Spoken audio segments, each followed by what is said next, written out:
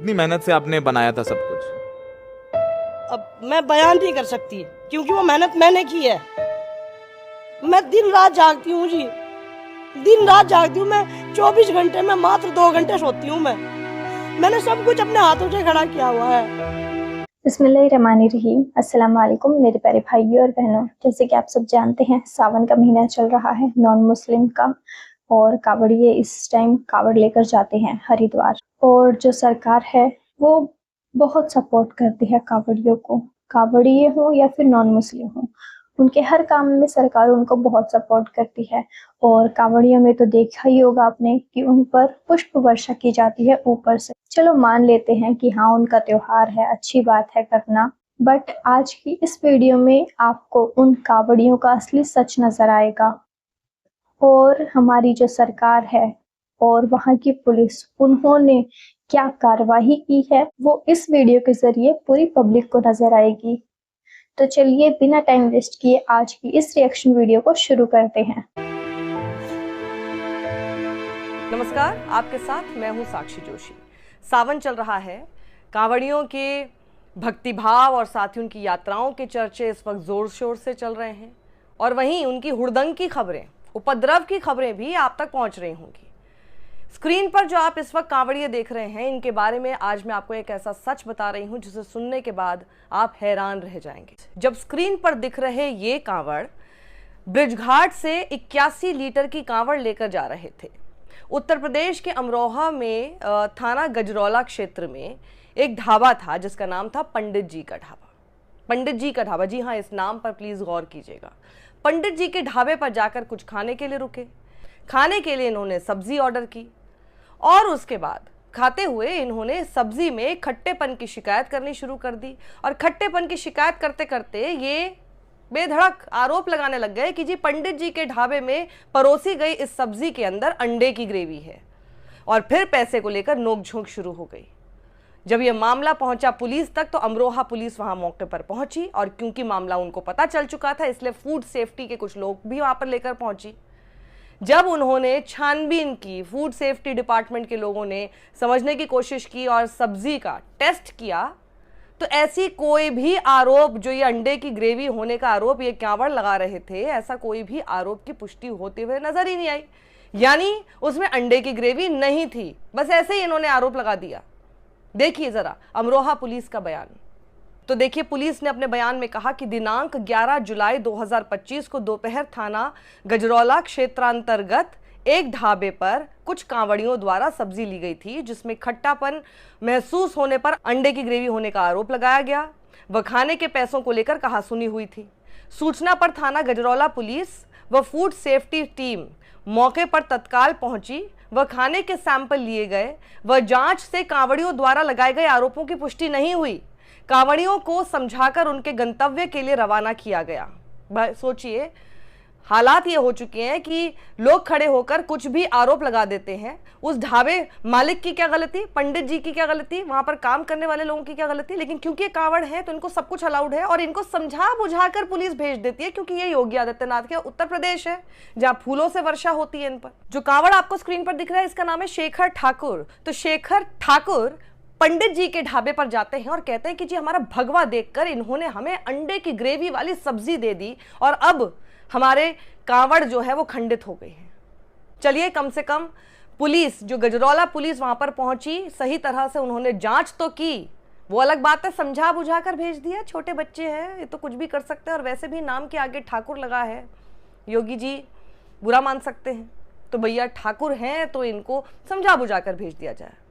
सोचिए, ये नाम अगर कुछ और होता, मैं जाति की भी बात कर रही हूँ, सिर्फ मैं ये नहीं बोल रही आपको कि किसी और धर्म का होता, धर्म का होता तो आप सोच ही सकते हैं कि क्या होने वाला था।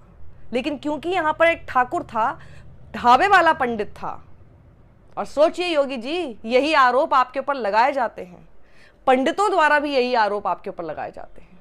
ये झूठे आरोप लगाने पर, हुड़दंग की नौबत आने पर, और सोचिए आगे क्या क्या हो सकता था, क्योंकि हम देख ही रहे हैं कांवड़ियों के हुड़दंग की खबरें तो हम देख ही रहे हैं और हर साल देखते हैं, इसमें कोई नई बात नहीं है। सावन आने वाला होता है उससे पहले से इनकी हुड़दंग की खबरें पहले आ जाती हैं।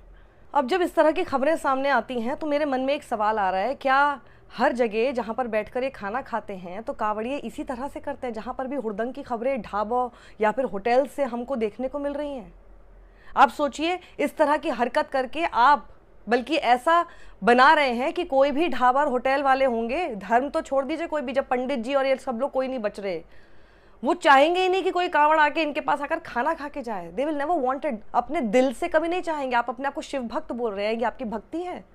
किस तरह से गलत आरोप लगा के सामने वाले को प्रताड़ित करके आपको लगता है कि शिव भक्त आप बन जाएंगे और शिव आपकी भक्ति को स्वीकार कर लेंगे? कौन सी गलत फहमी में जी रहे हो आप लोग? मुझे अभी रेड माइक के सौरभ शुक्ला का वो इंटरव्यू भी याद आ रहा है उस महिला से जो कि ढाबा ओनर थी, और वो कैसे रोते हुए बता रही थी कि मैं सिर्फ 2-3 घंटा सोती हूँ, कितनी मेहनत करती हूँ और मेरी पूरी मेहनत इन लोगों ने बर्बाद कर दी। इतनी मेहनत से आपने बनाया था सब कुछ। अब मैं बयान नहीं कर सकती क्योंकि वो मेहनत मैंने की है। मैं दिन रात जागती हूँ जी, दिन रात जागती हूँ। मैं 24 घंटे में मात्र 2 घंटे सोती हूँ। मैंने सब कुछ अपने हाथों से खड़ा किया हुआ है, सब बर्बाद कर दिया। अब मुझे जीरो से शुरुआत करनी पड़ी। 3 साल से मेरा काम टूटा हुआ है, मैं फिर भी दिन रात मेहनत कर रही हूँ। अब पता नहीं कौन सी करनी का फल मेरे सामने आ रहा है मुझे सब। वहां भी इसी तरह का आरोप लगाया कि जी सब्जी में प्याज मिली हुई थी।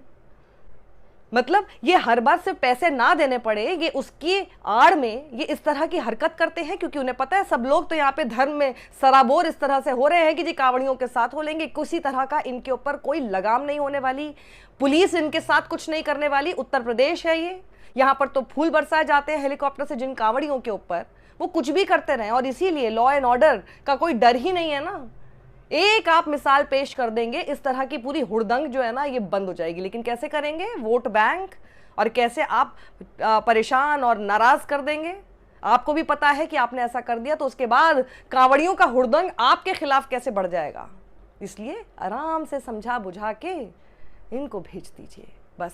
सही है, सावन के दौर में हर हुड़दंगी कांवड़ का भेष पहनकर चला जाए और जो असली कांवड़िए हैं, जो बेसिकली एक्चुअल में शिव भक्त हैं, जो भक्ति में ही सराबोर होके बिल्कुल दिल से शिव की उपासना करते हैं, मेहनत करते हुए वहां तक पहुंचते हैं, उन सब का भी नाम ऐसे हुड़दंगी बर्बाद करते हैं, खराब करते हैं।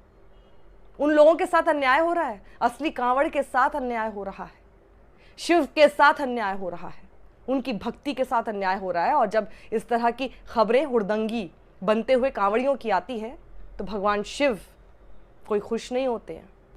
सावन में आप कोई बहुत भक्ति और बहुत अच्छा काम नहीं कर रहे हैं। फिर वो हरिद्वार का भी वीडियो मुझे याद आता है जहां पर स्कॉर्पियो के साथ तोड़फोड़ कर दी थी। ये बताइए, हुड़दंग की खबरें, अगर आप कोई भक्त हैं, भगवान के भक्त हैं, तो मुझे तो यही समझ नहीं आता कि भगवान के भक्तों के इर्द गिर्द हमेशा हुड़दंग की खबरें क्यों आती हैं। आप खुद अपने दिल पर हाथ रखकर बताइए। जैसे सावन आने वाला होता है उससे 2-3 दिन पहले से हमेशा नेगेटिव खबरें कांवड़ियों के आने लगते हैं। कोई बनाता नहीं है ये खबरें, ये खुद ही इस तरह की हरकत करते हैं कि आप तक वो खबरें पहुंचती हैं। सावन का पावन महीना आपके सामने बाद में आता है, उससे पहले इनकी गुंडई आपके सामने पहले आ जाती है। लोगों को प्रताड़ित करना शुरू करते हैं। और सोचिए, जिन लोगों को प्रताड़ित करते हैं वो कोई धर्म के वजह से नहीं करते हैं, हर किसी के साथ यही कर रहे हैं। और फिर पैसे नहीं देने हैं तो सबसे अच्छा तरीका है कांवड़ का इस्तेमाल कर लो, कांवड़िया होने का इस्तेमाल कर लो, अपने भेष का इस्तेमाल कर लो, अपने भगवा रंग का इस्तेमाल कर लो। यहाँ तो सब कुछ इसी पे चल रहा है, कोई कानून आपको रोकने वाला नहीं है। अब ये जरा रिपोर्ट पढ़िए आप द प्रिंट की। कांवड़ियों की तोड़फोड़ से तबाह ढाबे के मालिक को आर्थिक तंगी ने घेरा। द प्रिंट ने क्या लिखा जरा सुनिए। कभी मसालों की सुगंध और प्लेटों की खनक के लिए पहचाने जाने वाले बाबा बालकनाथ ढाबे से चहल पहल गायब है। इसके मालिक साधना और धीरज पवार मायूसी के साथ यहां खामोश नजर आते हैं। पुरकाजी थाना क्षेत्र में फलौंदा बाईपास के पास स्थित साधना और धीरज का ये ढाबा यात्रियों के बीच बेहद लोकप्रिय था और अब ये कांवड़ियों के एक समूह द्वारा की गई तोड़फोड़ का गवाह है। 8 जुलाई को कांवड़ियों का एक समूह इनके ढाबे में आया। उन्होंने प्रति प्लेट 150 रुपए की दर से 10 प्लेट खाना खाया, लेकिन जब भोजन में कुछ कथित रूप से प्याज के टुकड़े दिखाई दिए तो कांवड़ियों ने बर्बरतापूर्ण ढाबे में तोड़फोड़ मचाई। उस बर्बर घटना को याद करते हुए साधना ने शुक्रवार को पीटीआई से कहा, उन्होंने यानी कांवड़ियों ने खाने का 1 रुपया भी नहीं दिया, बल्कि ढाबे में तोड़फोड़ कर हमारा हजारों का नुकसान कर दिया। ये कौन है ढाबा मालिक? अगर आपको इतनी नफरत किसी एक धर्म से है तो ये बताइए, ये तो आपके धर्म के लोग हैं, फिर बताइए।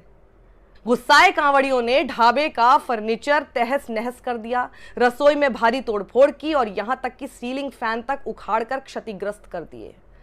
साधना ने आरोप लगाया कि कांवड़ियों ने नकदी लूट ली और फ्रिज में रखी कोल्ड ड्रिंक भी निकाल ली। इनको कितना फर्क पड़ रहा है कि इनकी भक्ति पर असर पड़ जाएगा अगर बीच में प्याज है, लेकिन लूटपाट करके ये बिल्कुल साफ सुथरे भक्त नजर आ रहे हैं। लूटपाट कर रहे हैं लेकिन भक्त हैं, है ना, इनको भक्ति मानकर चलो। उसके बाद आगे लिखा गया है कि ढाबे में ये तोड़फोड़ इस दंपति के लिए भारी आर्थिक चपत साबित हुई है, जो पहले से ही वित्तीय तंगी से जूझ रहा था। साधना ने कहा, इस घटना के बाद हमारे ढाबे में आने वाले ग्राहकों की संख्या 70% तक घट गई है। हिंसा की वजह से हमारे नियमित ग्राहक दूर चले गए हैं। इनका यानी ढाबा मालिक का तो आर्थिक नुकसान हुआ, लेकिन कांवड़ियों का क्या हुआ? कोई मुझे बताएगा उनका क्या नुकसान हुआ? कुछ नहीं। फिर से सावन आएगा, फिर से कोई एक नया ढाबा मालिक ढूंढा जाएगा, नया फ्रिज तलाशा जाएगा जिसमें से कोल्ड ड्रिंक निकलेगी, नया गल्ला निकाला जाएगा जिसमें से पैसे लूट लिए जाएंगे। और पुलिस लेकिन यही होगी, कुछ नहीं करेगी। पुलिस का बर्ताव वैसा ही रहने वाला है और इनकी हरकत में और ज्यादा गंदगी आने वाली है, और ज्यादा बढ़ चढ़कर ये सब लोग करेंगे ये सब काम, क्योंकि दुस्साहस बढ़ता है ना। जब कोई किसी तरह की लगाम नहीं होगी तो दुस्साहस बढ़ता है। और इसीलिए जब योगी आदित्यनाथ से सवाल पूछे जाते हैं, आप मुख्यमंत्री हैं, सूबे को संभाल रहे हैं, हेड हैं, आप हेड ऑफ द स्टेट हैं, आपसे अपेक्षा की जाती है किसी भी तरह के अपराध ना हो। क्या ये आपके अपराध की श्रेणी में नहीं आता? जब आप बोलते हैं कि अपराधी बहुत थर थर कांपते हैं, ये क्यों नहीं कांप रहे थर थर? तो क्या आप ये कह रहे हैं कि ऐसा भगवा भेष धारण करके कोई भी अब गुंडई कर सकता है, हुड़दंग मचा सकता है, अपराध कर सकता है? योगी की पुलिस, योगी आदित्यनाथ की सरकार उनसे कुछ नहीं कहेगी, क्योंकि वो उनको अपराधी ही नहीं मानेगी। सिर्फ चोला उड़ा लो, अपराध कर लो। Is this the message you want to give to the entire people, to the entire state, to every Hindu in your state? और साफ तौर पर देखा जा रहा है कि एक ये पैटर्न है जिसके तहत ये काम कर रहे हैं। पहले किसी ढाबे में जाते हैं, आप सोचिए कि इस तरह की खबरें आने के बाद वो ढाबा मालिक भी जो वहां पर होते होंगे, वो उनकी क्या उस वक्त मनस्थिति होती होगी, कैसे घबराए हुए रहते होंगे कि ये लोग कुछ भी कर सकते। तो ये लोग इस तरह का गुंडापन लेकर जाते हैं और इनको पता है कि वो डर रहा है मुझसे। उसके बाद फिर आप और भी 10 चीजें कर लो, क्योंकि ढाबा मालिक भी जानता है कि योगी की पुलिस उनके खिलाफ ही रहेगी और कांवड़ियों के साथ रहेगी, और कांवड़ियों को सिर्फ पुचकार के जा बच्चे जा, कहीं और जाके हुड़दंग मचा, इस टाइप का उसको छोड़ देगी। क्या यही पैटर्न देखने के बाद आप सब लोग अग्री करते हैं यूपी पुलिस के, योगी आदित्यनाथ की इस पुलिस के इस तरह के रवैये को? कमेंट बॉक्स में अपनी राय जरूर लिखिएगा। जब अच्छा काम करती है पुलिस, हम बोलते हैं। पुलिस वहां पहुंची, फूड सेफ्टी डिपार्टमेंट के लोगों को लेकर पहुंची और बिल्कुल निष्पक्षता से उसने उसकी जांच की और बोला वो वहां तक बिल्कुल ठीक था। लेकिन पुलिस का आगे का जो काम था वहां पर बायस नजर आया। वो ठाकुर और पंडित, इसके बीच का साफ फर्क दिखाई दिया। क्या आपको भी दिखा?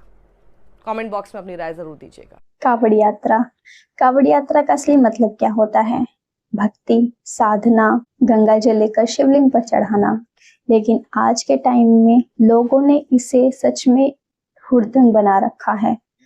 भक्ति के नाम पर हंगामा क्रिएट करते हैं, अपने ही लोगों के साथ बदतमीजी करते हैं। तुम किसी ढाबे पर खाना खाने जा रहे हो, वहीं पर जाकर तुम उन पर इल्जाम लगाते हो और उनके साथ बदतमीजी करते हो, वहां पर तोड़फोड़ करते हो। क्या इस तरह की भक्ति भावना लेकर तुम अपने भगवान को प्रसन्न कर सकते हो? पता नहीं सच में हमारे देश में आखिर हो क्या रहा है। उनको सही और गलत में फर्क ही नजर नहीं आता। ऐसे ही हमारे यहाँ की सरकार हो बैठी है। सरकार किस लिए बनाते हैं पब्लिक? ताकि उनको सपोर्ट मिल सके। अगर कोई गुनाह कर रहा है तो उसको उसके गुनाह की सजा मिल सके। लेकिन वही चीज है, बात कहाँ आती है? मुस्लिम और नॉन मुस्लिम के बीच में अगर यही चीजें कोई मुस्लिम करता तो उस पर एक साथ ही एक्शन लिया जाता, लेकिन अगर यही चीज अपने ही रिलीजन के लोग करें, अपने ही रिलीजन के लोगों के साथ करें, तब उनको समझा बुझाकर बात पर मिट्टी डाल दी जाती है, क्योंकि उनको आने वाले टाइम में वोटिंग के आधार पर उन्हीं का सपोर्ट ज्यादा चाहिए होता है। अगर वो उनके कामों पर, उनके गुनाह पर मिट्टी नहीं डालेगी तो हर बार वो सत्ता में कैसे आएगी। खैर, आपकी इस टॉपिक पर क्या राय है मुझे कमेंट करके जरूर बताना। अगर आपको वीडियो अच्छी लगे तो प्लीज लाइक करना, शेयर करना, चैनल पर नए हो तो प्लीज सब्सक्राइब जरूर कर लेना। और आप सब अपना ख्याल रखिए, खुश रहिए, बाय बाय, अल्लाह हाफिज।